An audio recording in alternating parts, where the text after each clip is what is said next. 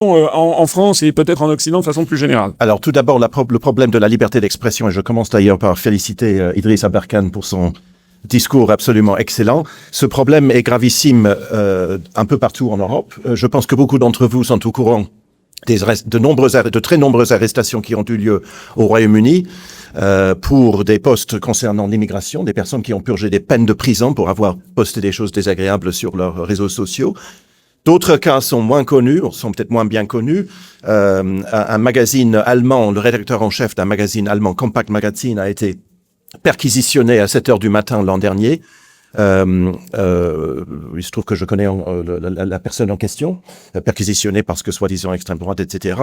Ou encore l'arrestation, toujours l'an dernier, vous êtes au courant de cela puisque cela s'est passé en France, de Pavel Durov, le patron de Telegram, qui a été arrêté pendant 3 jours parce que, soi-disant sur Telegram, eh bien, des gens communiquaient dans le but de commettre des crimes, comme si on allait arrêter le patron de la Poste parce qu'un criminel utilisait la Poste pour envoyer des lettres, ou le patron d'un réseau portable pour la même raison.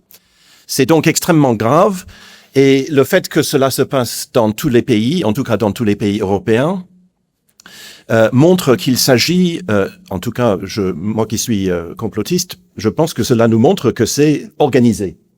Et si j'ai une chose que je voudrais rajouter à la conférence de Idriss Aberkane, c'est un concept que j'ai utilisé dans un cours que je dispensais dans un petit institut universitaire à Paris, cours qui a été supprimé d'ailleurs cette année. Supprimé parce que cours que je dispensais donc sur les médias et sur la démocratie et les médias. Et ce cours a été supprimé. Je dispense maintenant à la place un cours beaucoup moins controversé sur la philosophie politique. Pourquoi? Parce que les étudiants étaient 45% contre moi, 55% pour, et c'est bien sûr la minorité qui l'a emporté.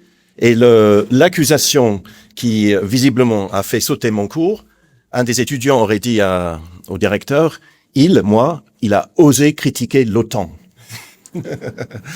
Et dans ce cours, je formulais le concept de la militarisation de l'information. Et je voudrais rajouter cela comme prisme d'analyse. Vous ne l'avez pas dit, mais vous l'avez dit, bien sûr.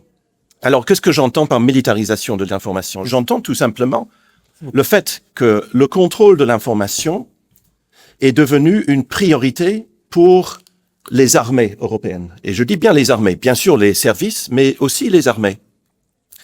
Ce fait, je l'avais remarqué au moment du Covid, quand en début avril 2020, le chef d'état-major des armées britanniques a tenu une conférence de presse au